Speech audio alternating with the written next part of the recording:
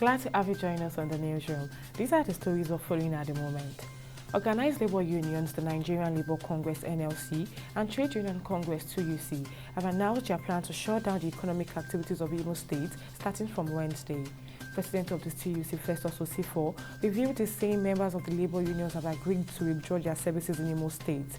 This action is in response to the recent attack on Joe Ajaero, the NLC president in Imo State, which was described as barbaric. And the academic staff unions of universities and the Committee of Vice Chancellors of Nigerian Universities have described the plan by the federal government to automatically deduct 40% from the internally generated revenue of universities in the country as an attack on the university system. In a letter dated October 17, 2023, the federal government disclosed it to begin the deduction effect from November 2023.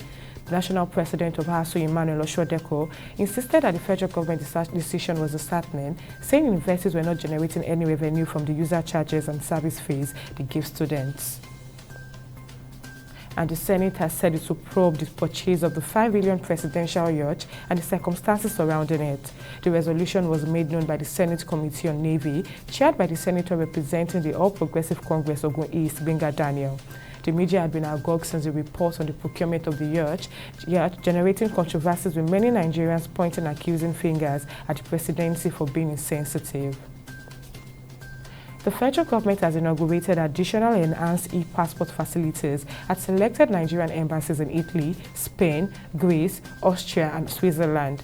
The Interior Minister, who was represented by the Acting Controller General, Caroline Adepoju, announced the phased rollout of the enhanced e-passport in Europe and emphasized the dedication of President Bola Tinubu's government to citizens' diplomacy and the enhancement of services to the diaspora community. And in business, determined to fortify Nigeria's trade competitiveness, the Nigerian Port Authority has said it is launching a whopping $1.1 billion for the rehabilitation plan of all ports in Nigeria in the first quarter of 2024. The managing director of NPA, Mohammed Bello Koko, said this on Tuesday in Lagos during a panel decision at the 43rd Annual Council meeting of the Port Management Association of West Africa and Central Africa.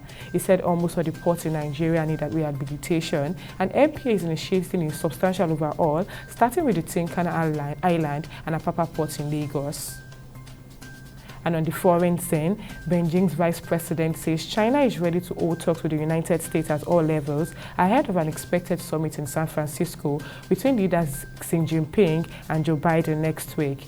Speaking at the Bloomberg New Economy Forum in Singapore on Wednesday, Chinese Vice President An Zheng said recent high-level meetings between Beijing and Washington were sending positive signals and that their relationships were improving. Relations between Washington and Beijing sunk to some of the deepest lowest in recent years after a host of issues, including export controls, human rights, and national security. And in sport, Al Ittihad has sacked the former Tottenham Hotspur manager Nuno Santo. The Saudi champions disclosed this following a poor run of results under the Portuguese coach. Nuno was under pressure because of their struggles in the Saudi Pro League, and the club brought down the axe following a 2-0 defeat to Air Force Club of Iraq in the Asian Champions League on Monday.